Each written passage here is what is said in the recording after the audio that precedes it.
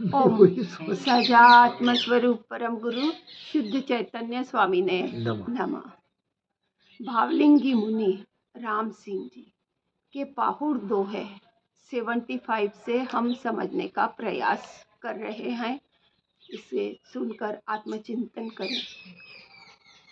जैसे सूर्य घोर अंधकार को एक निमेष मात्र में नष्ट कर देता है, उसी प्रकार आत्मा की भावना करने से पाप एक क्षण में नष्ट हो जाते हैं।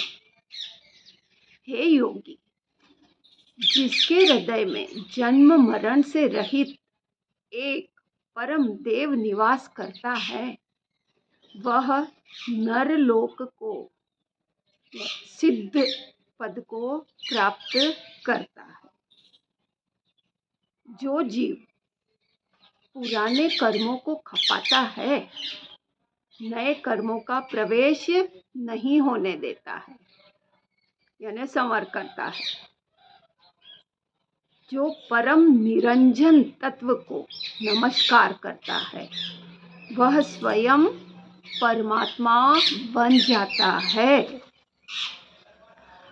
आत्मा जब तक निर्मल होकर परम निरंजन स्वरूप को नहीं जानता, तब तक ही वह पाप रूप परिणमता है और तभी कर्मों को बांधता है।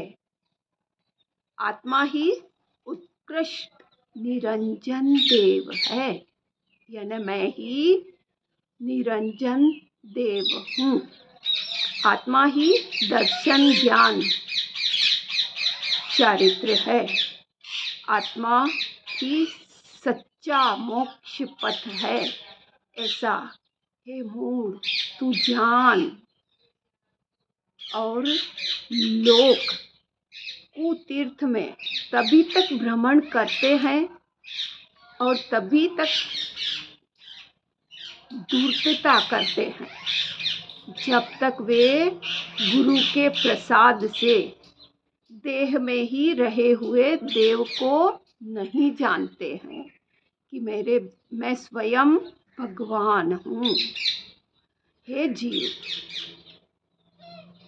तभी तक तू लोभ से मोहित होकर विषयों में सुख मानता है। तो क्या विषयों में सुख है क्या? जब तक गुरु प्रसाद से अविचल बोध को नहीं पाता है, तब तक जिससे विशेष बोध यानी भेद ज्ञान उत्पन्न न हो, ऐसे 3 लोक संबंधी ज्ञान से भी जीव बहिरात्मा ही रहता है और उसका परिणाम असुंदर है, यानी अच्छा नहीं है।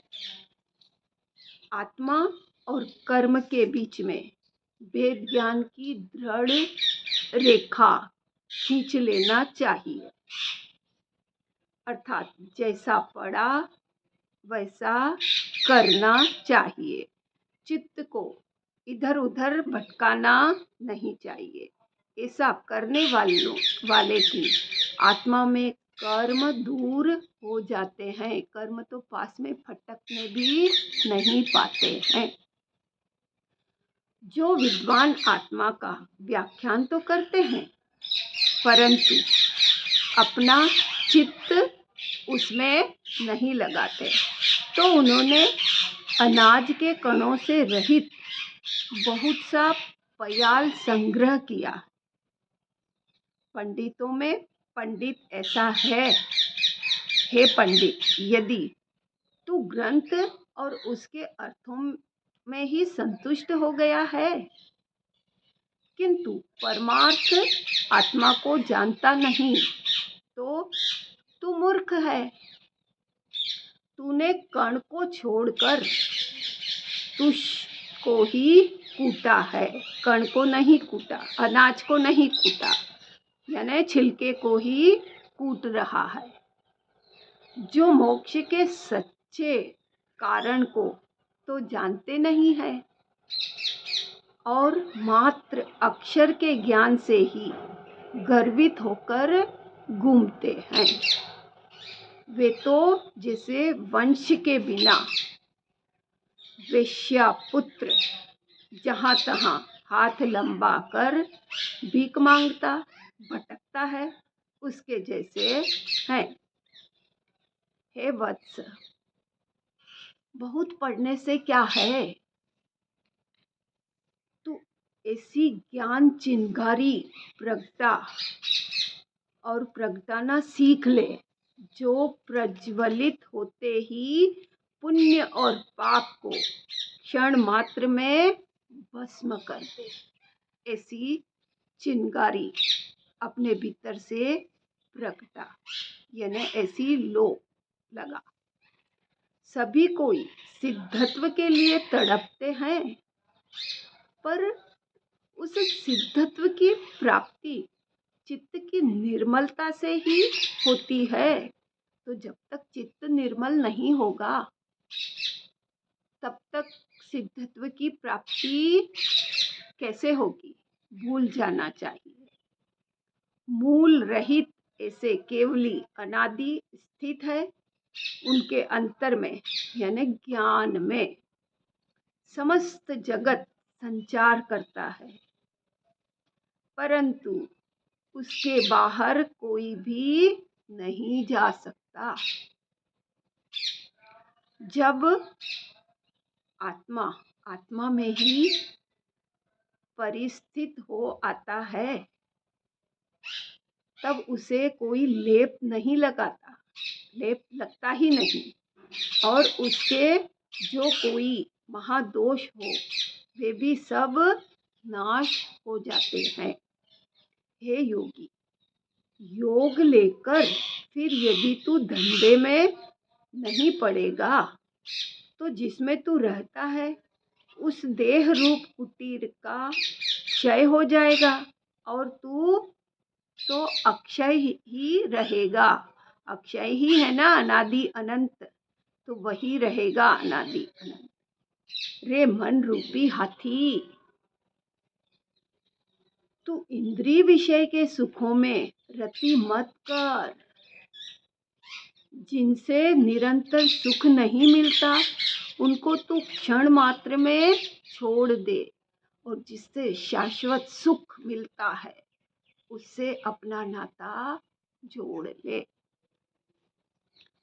न राजी हो न रोष कर, न क्रोध कर। क्रोध से धर्म का नाश होता है, धर्म के नाश होने से नरक गति होती है। क्रोध करने से नरक गति होती है तथा मनुष्य जन्म तो निष्फल हो ही जाता है। 3.5 हाथ की देह में संत निरंजन बसता है। ये देह के लिए बता रहे हैं। बाल जीव उसमें प्रवेश कर सकते नहीं। तू निर्मल होकर उसको ढूंढ। तो अपने को अपने भीतर अपने स्वरूप में खोजना है। जिसने खोजा उसने पाया। तो हमें अपने स्वरूप में स्थिरता करके और ऐसा लीन बनना है कि हम अपने उस परम तत्व तक पहुँच जाएं, इन्हीं भावनाओं के साथ। ओम नमः सिद्धम, ओम नमः सिद्धम।